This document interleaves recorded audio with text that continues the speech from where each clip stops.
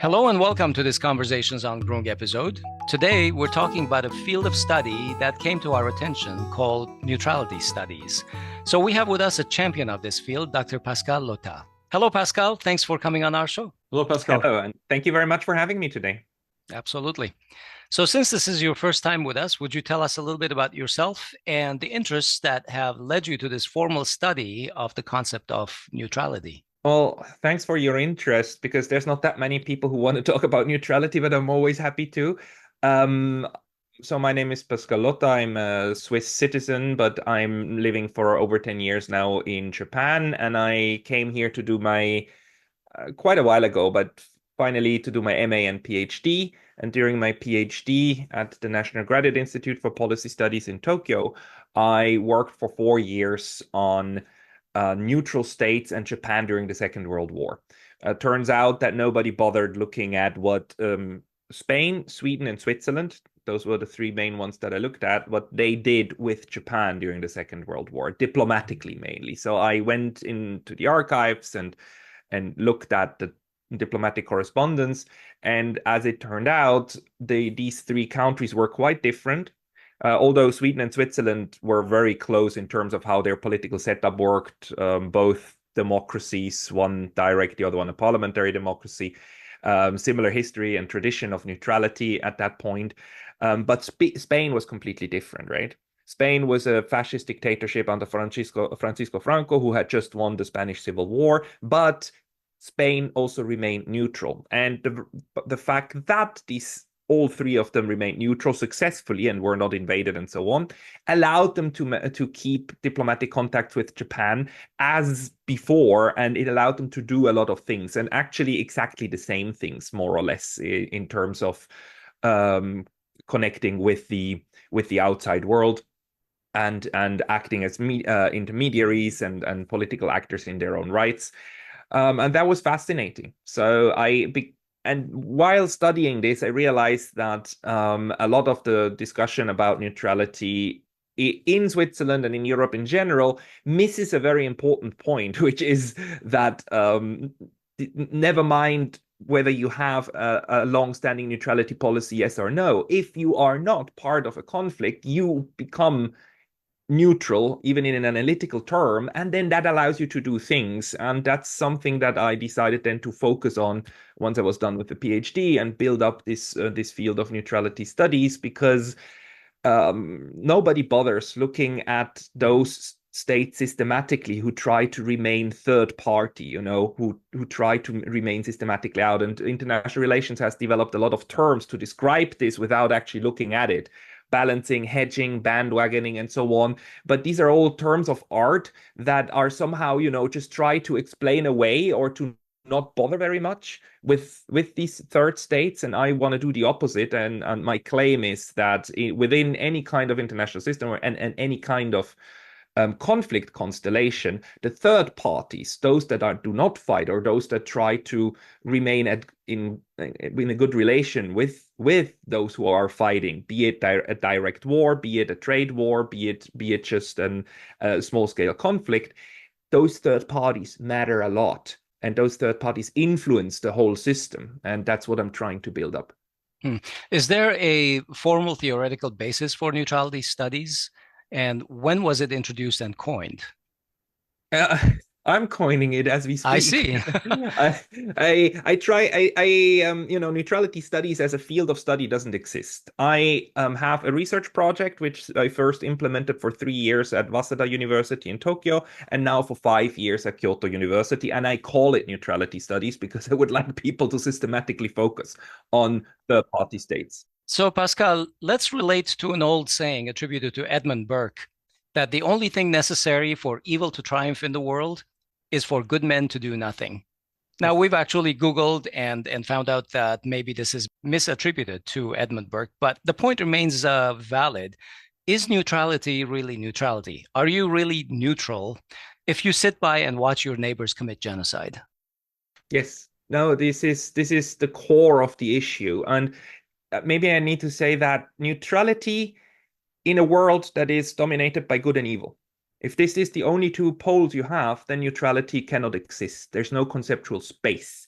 So as soon as we frame the international world in terms of just war theory, where somebody is always bad and somebody's always good, then you cannot be neutral. Which is also why in the medieval ages and so on, and in the discussion, for instance, about the Crusades, in the framework of good Christianity versus evil heathens, there is no neutrality.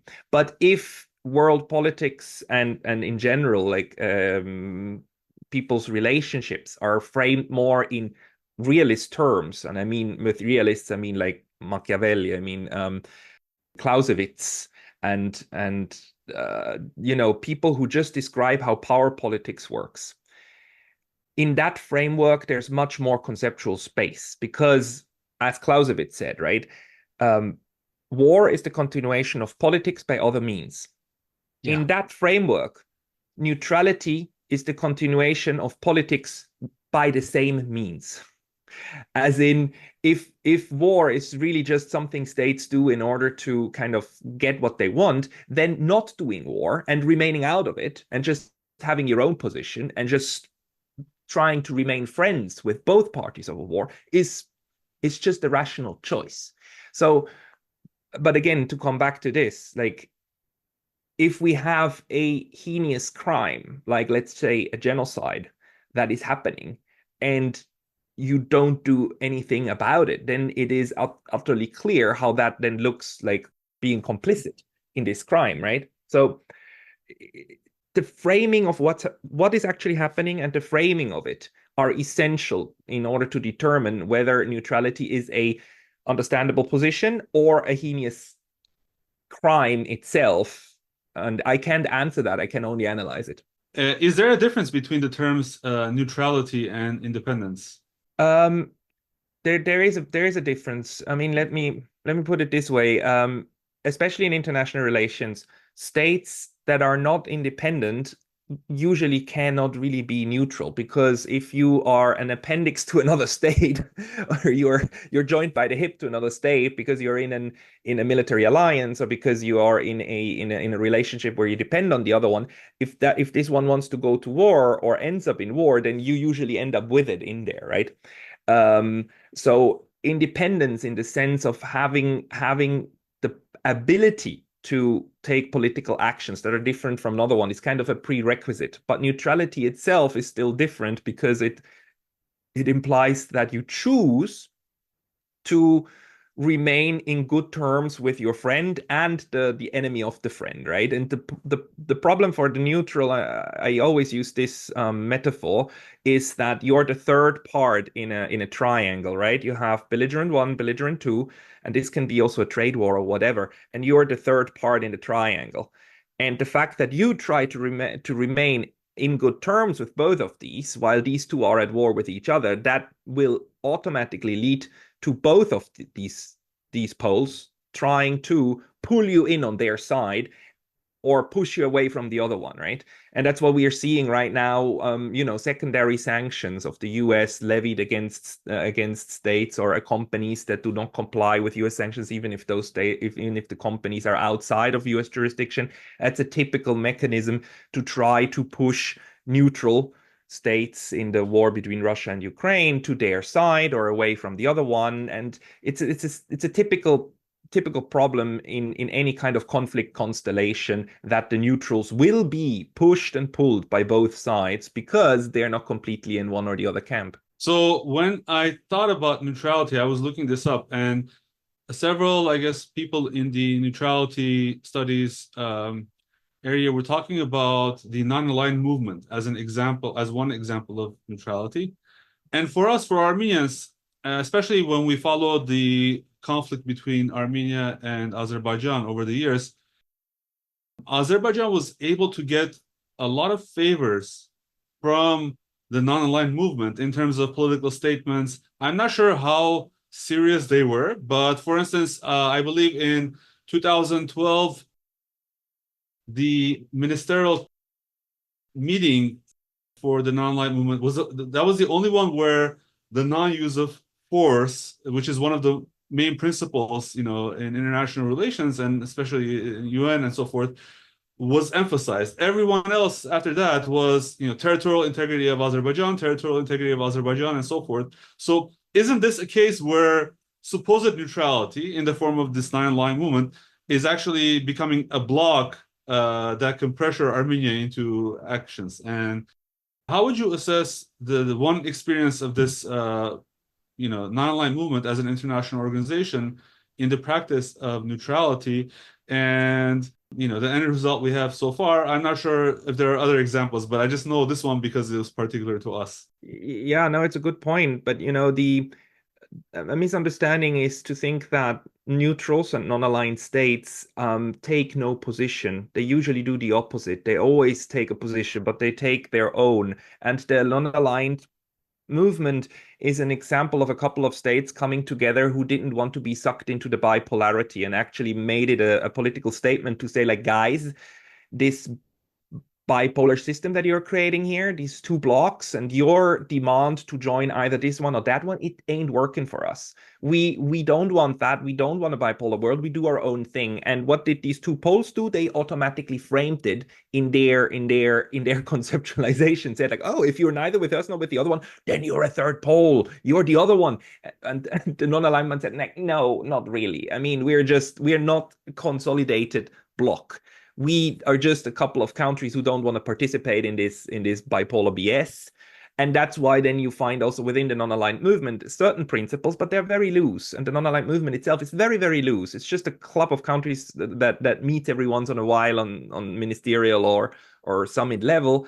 And they had, like, various policies over the time. And when it comes to Armenia and Azerbaijan, I would think that they were one thing is that they were very anti-colonial in spirit, which is one of the reasons why a lot of these countries would stick so much to the idea of territorial integrity, because it's kind of hardwired into many of them that were formerly colonized, that are territorial integrity and self-rule and so on is very important to them. And then they would have, of course, among themselves, inconsistent policies towards Armenia and Azerbaijan. But that also has to do with the fact that Armenia and Azerbaijan is a conflict that is similar on the outside, but works differently on the inside from the anti-colonial struggle that most of these countries went through, with the exception of Yugoslavia, which within the NUM itself had a special position. And just as background for our listeners who might not be aware, Armenia was part of and still is part of the CSTO, which is a defensive alliance that was set up by Russia.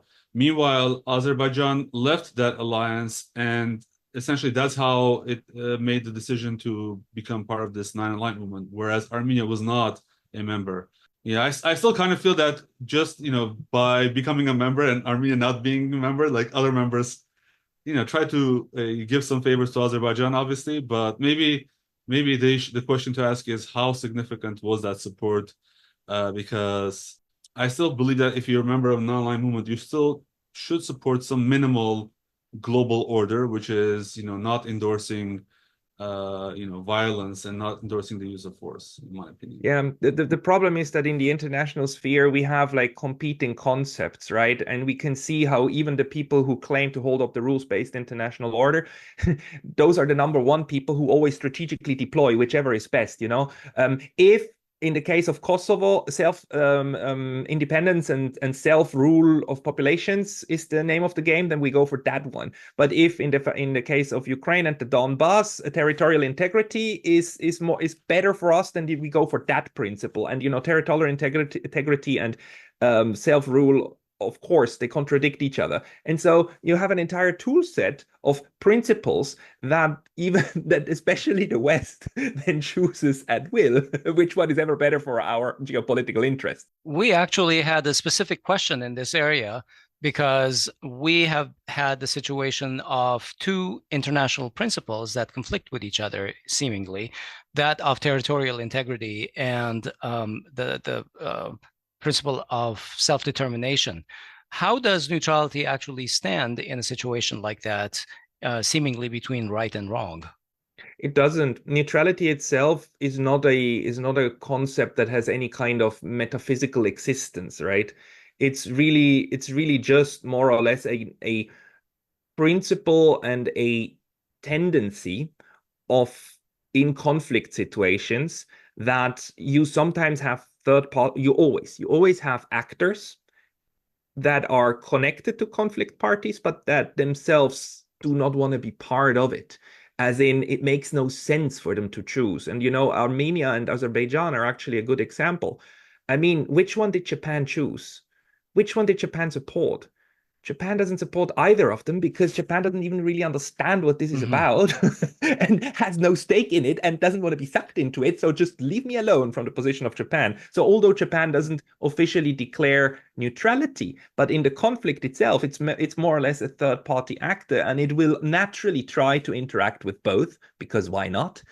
While not taking a position on the actual conflict. And this happens regularly, and it happens in interpersonal connections as well. If you two had a fight between each other and you ask me, then I would naturally try to kind of be nice to both of you and figure out what's happening, right? So it's a tendency of conflict systems to produce third party neutrals in that sense. And I think it was exactly like that when the OSCE Minsk group that was set up as a mediator body, international body, mandated to deal with the status of Nagorno-Karabakh, Artsakh Yeah, for us. yeah. For 30 years, basically, they kicked the can down the road about the status of Artsakh because there is no right and wrong, but there's absolutely no solution until somebody says which one is going to win. And so the state of neutrality just went on until it could not, until it just basically ended up in war. Yeah, the problem with territorial conflicts is that they easily and immediately create zero-sum games, right? It's either yours or ours. Nagorno-Karabakh is either Azerbaijani or Armenian. The only way of remedying that is by breaking out of that framework and create greater integrated solutions in the way that the European Union, for all of its flaws and mistakes, was able to like make certain conflicts go away because you integrate into a larger framework, right? That's why an important reason why Northern Ireland stopped being a problem, because Ireland and the UK both became part of the European Union, which created a customs union, which made sure that the island could work naturally. And something like that, integration into a greater whole in order to cooperate, is something that would be necessary for an equitable solution to the conflict. But that's far away from happening. And the neutrality position there is, of course, doesn't help to solve the situation if like third states stay neutral. The only thing it does, it doesn't add more fuel to the fire. Because if you're looking at the moment of what's happening in Ukraine, one of my arguments is that if foreign forces hadn't intervened on both sides, in the internal conflict of Ukraine, we would never have gotten to this huge problematic war.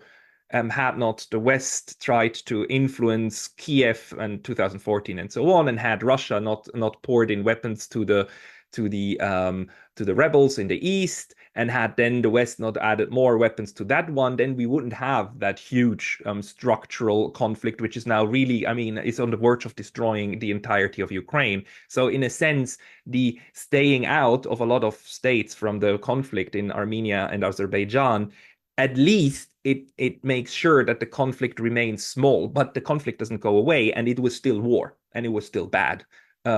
So it doesn't solve the problem. Speaking of Ukraine, we frequently hear the war in Ukraine as maybe heralding the new multipolar world. I haven't seen a clear definition of what the multipolar world means and what attributes it would have. For instance, would there be more or less peace? But also, value systems, and the fact that there isn't a global value system that is being imposed. And this could, a multipolar world could allow more variance and more diversity in terms of local value systems. What are your thoughts about this? And how could we tell that the multipolar world is here? Well, the word multipolarity just refers to a observable fact that instead of having one political center of decision making, whose the structures that it creates in the international world that are used by everybody, which is a unipolar world, or a bipolar one, as during the Cold War, where the basic structures of the way that the global system is built is either you work with the institutions the West and Washington has created, including the monetary system and so on, or you are integrating into the Soviet system of how they did things, right? The Soviets had their own way, and I don't think I need to tell you guys of that this was different. It's just like economics work differently, and trade worked differently, and communication channels worked differently, but they worked. They worked until they stopped working, but they did. And so does the West. And a multipolar world then refers to having at least more than two of these, and having other options in which the communication, economics, trade, education, and so on can happen and does happen, and that you go through multiple nodes, right? And in terms of power projection, that you have more than just two countries that can do war, because we have the Chinese now, which have their independent capabilities, very independent capabilities, and they produce them themselves, And production, self-producing your own weapons and so on, is quite important for states who are playing on the global level, as we can see now. If Russia indeed had been cut off of everybody else, they would still have been able to produce a good part of the weapons they need themselves internally, whereas the West is able to produce what they need themselves, and the Chinese do so too, to a very large extent. At the end of the day, nobody is 100% self-sufficient, but they are much, much more self-sufficient than, let's say, Switzerland, Armenia, or Azerbaijan, right? We depend upon integration with others because we're just too small. We just can't do it ourselves. And multipolarity then refers to both of these phenomena, that you have more than just two military capable states, and you have several structures that they build, and that, of course, has a big potential for conflict.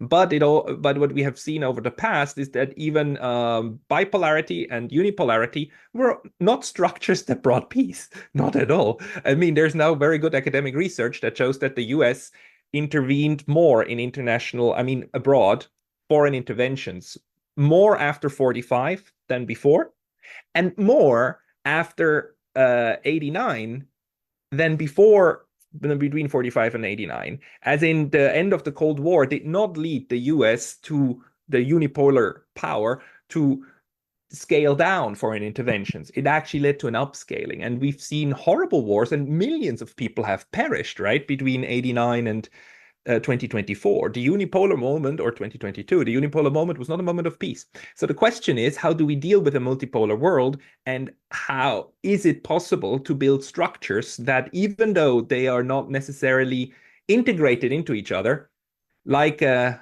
bridge, build something that is stable, or like a roof, where each individual tile would fall to the ground, was it not for the rest of the structure, right?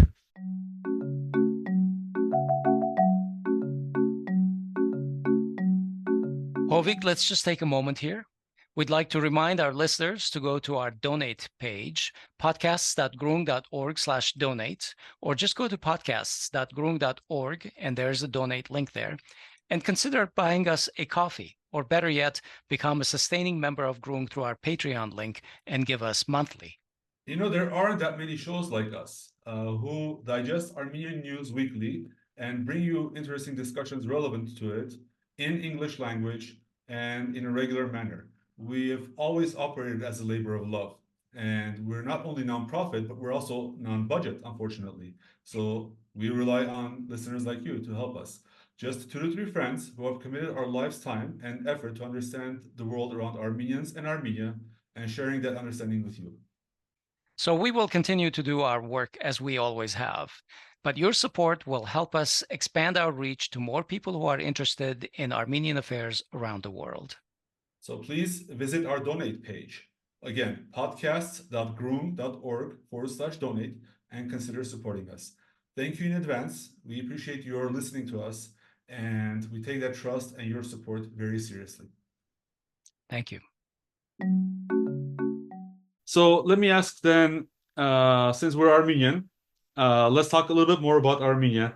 In the previous discussion we had with Glenn Deason, we asked him whether the Nagorno-Karabakh war was a trap set up for Russia by the West, given what was coming in Ukraine. He said that if Russia did take sides in the fighting, then it would be a trap because you can't please one side or the other in this conflict. And as it turned out, Russia needs Turkey in the current war, and Russia obviously is relying heavily on Azerbaijan, and Europe is relying on Azerbaijan for energy and so forth, and everyone is buying Azerbaijani branded gas, which is in reality Russian gas.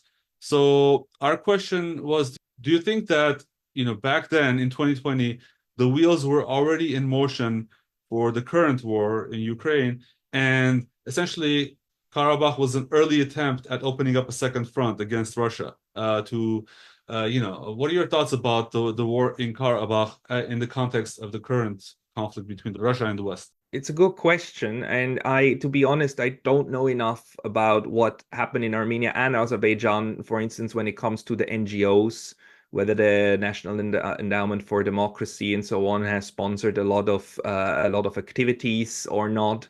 The one thing that we can say is that the conflict between Armenia and Azerbaijan has been going on for more than 30 years, right? This one was on hold, as you said, and everybody understood that it is unresolved, and kind of everybody understood that at some point this will probably flare up again, right? It's like in one way or another. As soon as Armenia and Azerbaijan came out of the Soviet Union, the common structure was gone, and this problem like became huge, right? So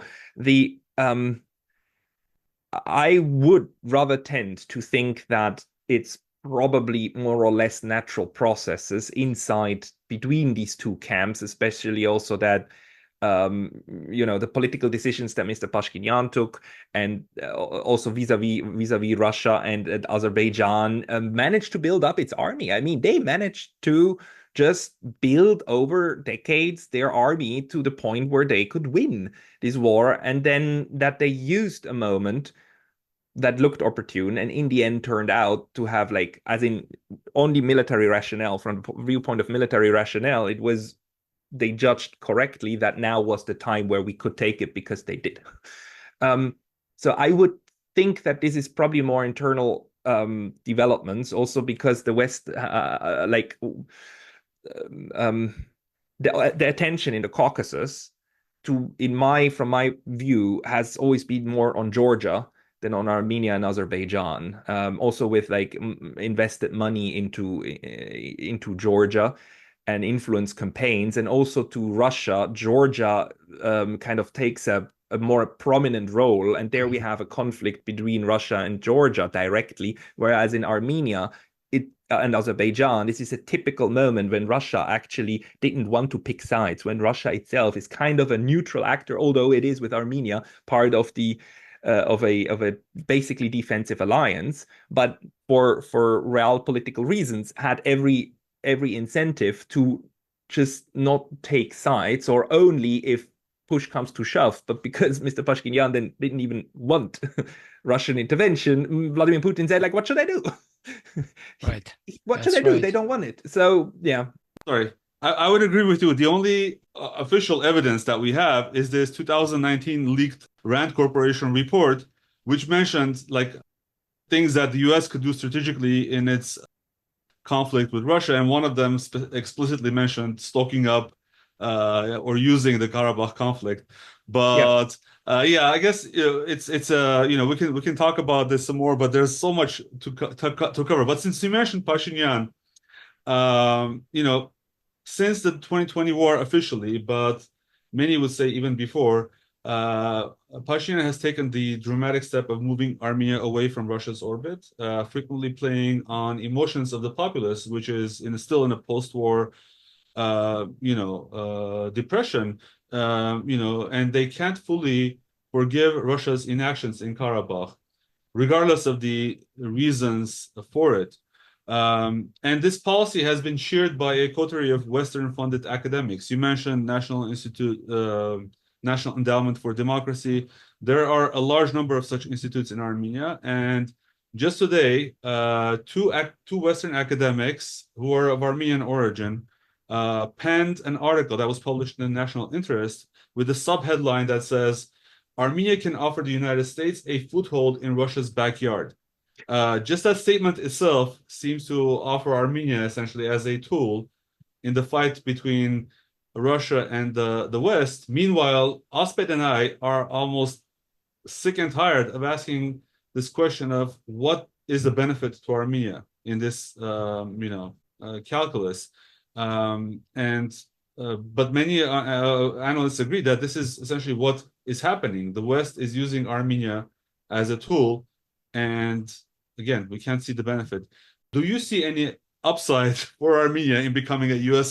foothold against Russia in the Or region? actually, if I may add, is there a path to neutrality from where Armenia is right now? I mean, just to answer your question, Hovik, no, there is no benefit to be a tool and to be the implementation point of a proxy war. And if you're not sure about that, go and ask the Ukrainians at the moment in the trenches. You know, this is the horrible thing, the perverse thing of this proxy war method that really the US has perfected by now. You know, in the Vietnam War, they still needed to send their own troops, but by now they have figured out how to manage to have other states fight the wars that they want to have. And this is difficult to do, and it takes a long time, and it's very sophisticated. It's just for the tool itself. I mean, it is a tool. I mean, nobody cares about the hammer. Nobody cares about, I mean, if the hammer breaks, the hammer breaks. Fine, I'm going to get another one, right? You don't want to be the tool. And that's why I would like to sell more neutrality to places, not in the sense of you should not take any position or any action, but you need to be aware that it's better to have your own position and to guard your own interest toward both sides. This is actually something that I think the current Georgian government tries to do, the Georgian Dream government, because on the one hand, they still have two territories of theirs occupied by Russia, and they don't have diplomatic relations with Russia. On the other hand, they try not to piss Russia off further to get a second invasion, and they try to keep the Americans out to not be used as a tool in order to open a second front, which some strategic thinkers in the West would love to do. And the guys that you talked about obviously think that it would be great for Armenia to prove its loyalty, and that downstream, after you become the implementation point and do the bleeding for the empire, that then you will be rewarded by being on the right side of history. First, in the history books, it will always say like Armenia was when everything changed, and Armenia saved Europe, and Armenia saved the West. I think that's what's going through the mind of these people. And secondly, once that has happened, then all the riches will come because the West will be so grateful and thankful, and they will integrate Armenia into the European Union, and then it's going to be a happy ever after. With golden BMWs and Teslas, right? And I can assure you, this is not what's gonna happen. This is not what you do to tools. You don't put them into a Tesla. You put them back into the shed where they came from. So do not be used by anyone, not by Russia, not by the Americans. Do your own thing that makes sense power politically, because then you have the best chances that you're actually gonna get to a Tesla and a BMW, or to a Chinese BYD. BYD, which are fantastic cars, and use them against each other. The Russia would do a similar thing if they could. So it's not to say like one is better than the other. It's to say that it's better to keep an independent and somewhat neutral but integrated relationship. And some states are very good at that. I mean, look at how India is profiting from the situation in the way that they are able to get cheaper oil and resell it even to the Europeans. And usually it's more beneficial to try to play with both sides than to put your lot into one camp only. Even the Turks are, although they're part of NATO, are now playing with both camps because it's utterly clear that throwing their lot in with the Europeans only, A, they don't want them, B, why would they at this point? So I hope that answers the question. You mentioned several times And I think we stepped on this question of different institutions and multipolarity. To me, the logic of multipolarity seems to dictate less global institutionalism and more local and regional approaches or bilateral approaches. At least in the case of the UN and other similar organizations, we're seeing that their role is diminishing to the point of irrelevance. But at the same time, we're seeing reorganizations and growth of other organizations such as Brics, SCC, the Shanghai Cooperation Council, as well as the Eurasian Economic Union. Can you tell us what is the role of Brics, SCC, and some of these other institutions? Are they going to be the same style alliances or blocks that existed until today, or how do you see them evolving? And also, more about each of them. Why do we need two, and why do we need, and is there room for others as well? There is. So a multipolar world would automatically imply that you have just multiple organizations and multiple structures and networks that on the face of them, they are exclusive, mutually exclusive, but in matter of fact, they work together. And we can see that already how it's happening, right? How Turkey apparently asked Russia to join the Brics while being part of NATO, and how the European Union is, of course, interacting with other regional arrangements and is itself interacting with the states below and with outside forces, and how we will have new payment systems, right, that Brics is currently working on, and then states will pick and choose, and most likely a lot of states will try to implement both of them, right?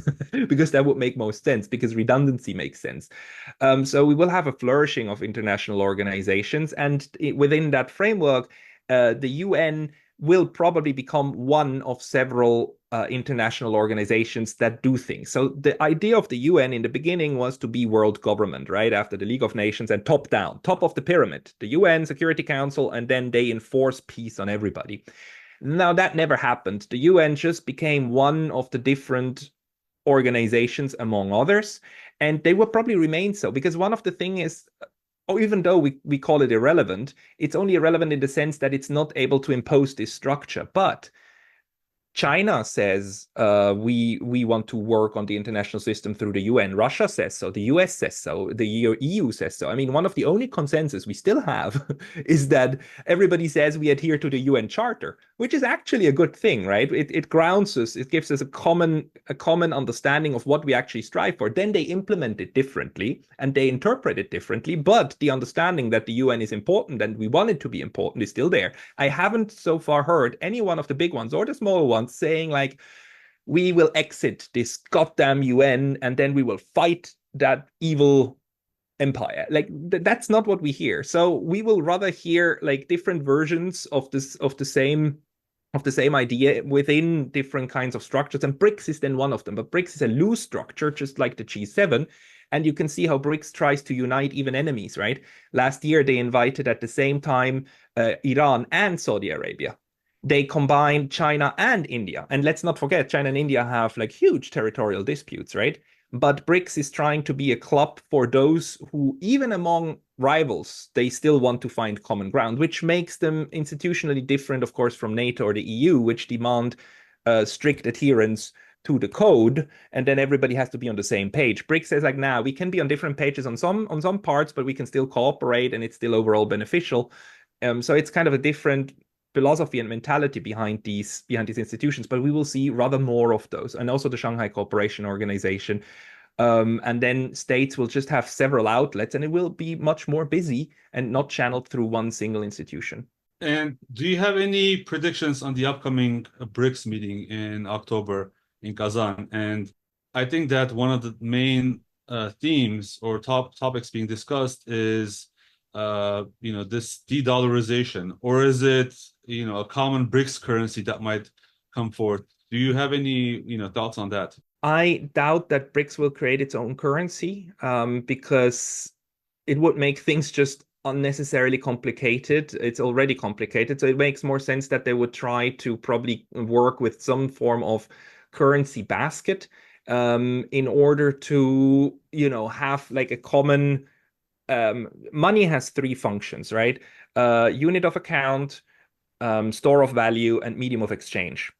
universally accepted since like Plato, basically. And one of the first things you would want is a common unit of account, so that you don't need to convert everything into US dollars in order to have a common understanding what things cost. So they will probably try to work on that one because it is the easiest one and least consequential. But it would have an impact on perception. So that's my guess where they're going. The other thing I can say is that we know now from Vladimir Putin what he said recently, that Brics is working on a new membership status. And that makes sense because Brics is now running into the problem that they're getting too big. You know, when you're only 5 states, it's easy to run on a principle of consensus. I mean, even for 5 states, it's difficult to get consensus, but still feasible. And now they're at 9, I think, members. And they still have consensus model, right? I mean, everybody needs to agree for something to happen. And if they go to 34, which they now have applications for, it will become almost unmanageable. So either they need to change something in the way that they make decisions, or they need to kind of create looser relationship with others. And it seems that they're going in the second route and try to have something like a membership light. And we will see what that is. But Brics has like grown a lot conceptually and with its members, and now it needs to deal with the fallout from that. Right. As in, how do we That they're remain? probably going to have to announce the BRICS Security Council, and everybody else becomes a light membership.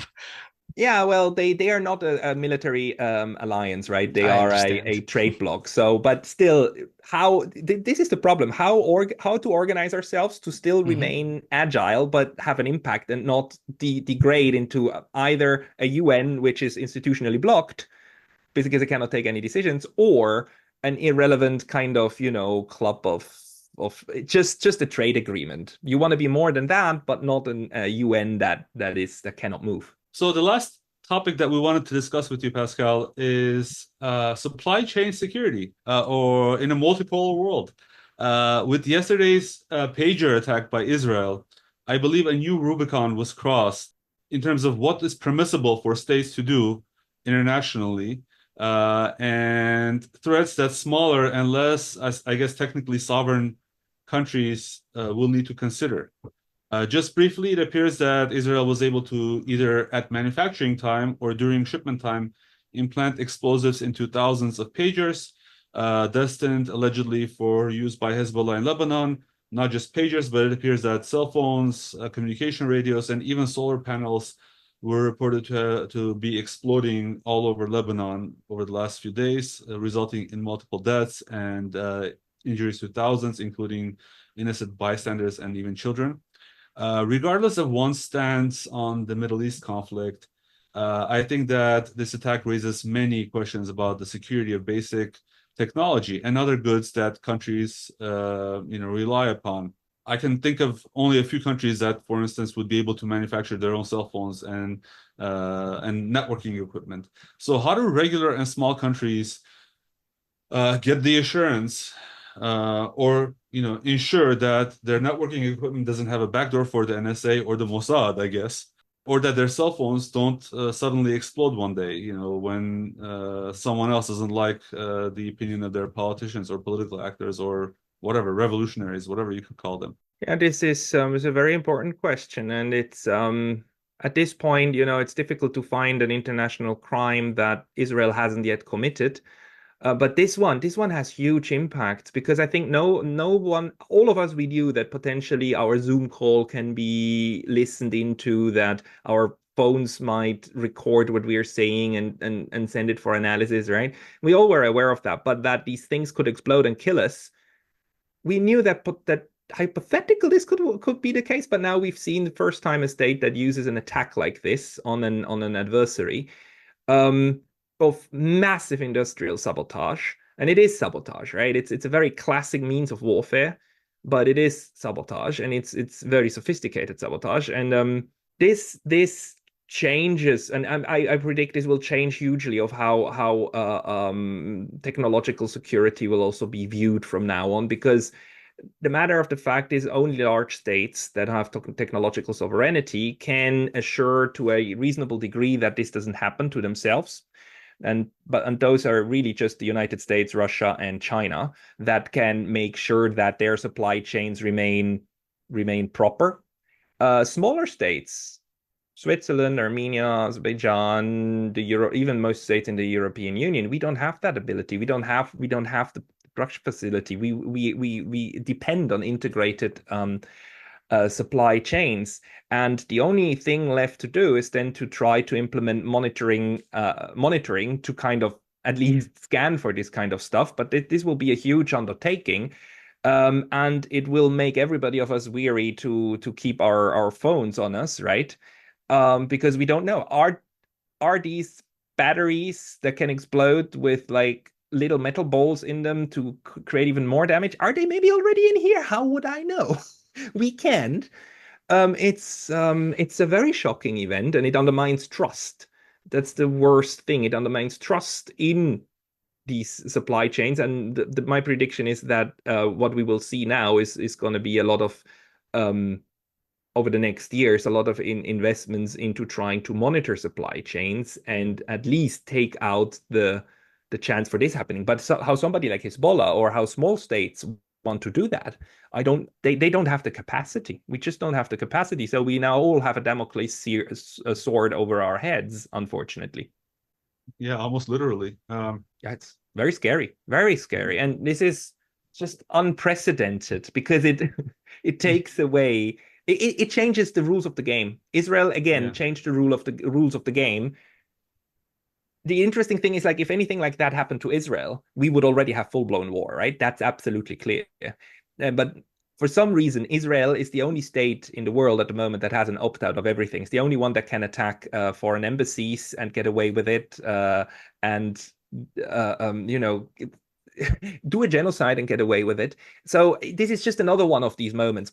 The good thing is that overall, 99% of the others, they're not under the same set of rules, because if this became a general rule that you can just sabotage each other's pagers and phones, well, there's a lot of Chinese phones on US markets. I mean, if the Chinese get any idea, I mean, you could immediately kill a lot of Americans if you wanted and got to do that, right? But this is not what they do. This is not the level to which these states compete at the moment, luckily. And right now we're only talking about technology, which is something physical and tangible. But I mean, now I'm starting to think about biowarfare and what's possible and what's, God forbid, if that's being weaponized. But one more thing that I'm interested in, because, from my experience working in large multinational tech companies, I know that even these tech companies were thinking about how to secure themselves from government, espionage, and in terms of physical networking equipment that you buy, let's say from a company, and ensure that its customers' traffic is secure and so forth. And we know, of course, the experience of China with this Chinese firewall, that they have been able to create a local internet within China. Do you see this trend growing? And do you know if anyone is studying this? For instance, I believe in Russia, they call this network sovereignty, where, for instance, could Russia set up its own version of the internet? But then once you start having multiple countries with their own internets, how do they collaborate? Is there any study in this area being done that you're aware of? I'm pretty sure there must be, but I couldn't point you to anyone. But this is something that we should do a good thorough Google search on, because I'm pretty sure people must look at that. And this will only increase, right? This fragmentation of the internet, and we can see it already in the way that, Facebook is itself a microcosm of the internet, and so is Telegram, and so is YouTube, and now certain parts of the internet are blocked, even in the free West, right? RT and so on.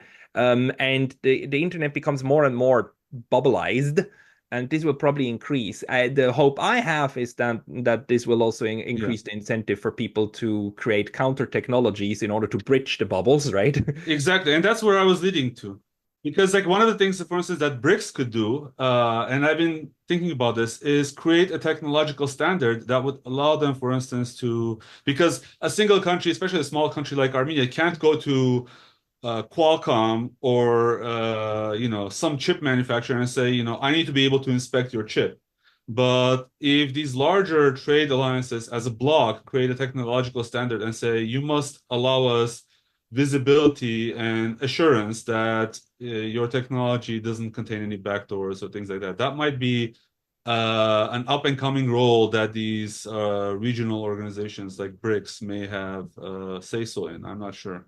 Yeah, the problem is the BRIC states themselves, a lot of them don't have an interest in that. I mean, China is one of the BRICs, right? They have they cut theirs off. The Russians are also not famous for having an absolute free internet, although they are very No, it's important in not some freedom, sense. But it's just assurance that they can trust whatever the technology is doing. So if they buy a firewall, they can trust that some other government doesn't have backdoor. This is going to be a very difficult issue, Hovik, because it's going to go down to the software. Basically, you just have to know if the software is And spy yeah, you material. go down the stack. You go down the yeah, stack. So it's in the software, now it's in the firmware.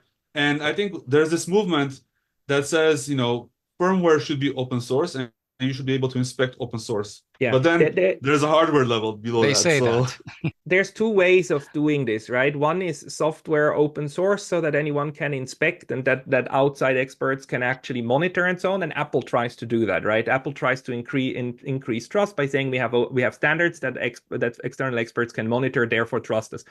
The second way is by implementing technologies that by the very design that they're made are uncompromisable. The example here, which was a hype a few years ago, is blockchain, right? Blockchain is in its principle made in a way that it is not controllable by one single actor. But unfortunately, so far we haven't seen a big kind of victory of one of these technologies. So the only thing that we still have, which connects us, is that the entire IT infrastructure is still built upon same principles which rely on IP addresses and which rely on ones and zeros, right? And everything that's built on top then becomes proprietary. The question is, will there be a outside technology that is uncrackable and unhackable in principle, not even and logically not even by supercomputers, by quantum computers, because we are now getting into that space. yeah, definitely. If that happens, then we have a chance. If it doesn't happen, then we have to live with a fragmented internet, and we have to use VPNs and hope VPN will work. But my prediction is that probably in the shared interest of US, China, and Russia to make sure VPNs cannot be used anymore until they, as they are now, will be so big that probably they'll find ways to make sure that they can bubbleize the internet even more because it's social control. At the end of the day, what states want is social control over their populations, because what you want is the other ones to rise up against their leaders, but not against yours against you. And they try to play that game against each other, which is very old. It's very old, but that's why it will continue. Agree. Well, thank you for that input. And thank you, Pascal, for coming on our show, and hope we can have you back again soon. Thank you very much, Hovik. Thank you very much. Asbed. Yes, that was a See you very next interesting time. It was a pleasure. conversation. Talk to you soon. Well, folks, that's our show today. The episode was recorded on September 18, 2024. We've been talking with Dr. Pascal Lottaz, who is an associate professor of law at the University of Kyoto in Japan. For more information on him and everybody else in the show, please check the show notes, podcast.groong.org/episode number. Let's keep in mind one more thing. Hovik and I would really like you, our listeners, to go to our YouTube pages, the video pages, and make your comments and let your thoughts be known to us. And we would also be delighted if you'd become a supporting member of our podcasts. Go to podcast.groong.org/donate and sign up for a monthly giving through one of our tiers. You could become a Lahmacun luminary, you could become a Surge supporter, you could become a Harissa humanitarian. We would love for you to be in any one of those categories and give on a monthly basis. We thank you in advance. Bye-bye. Bye-bye.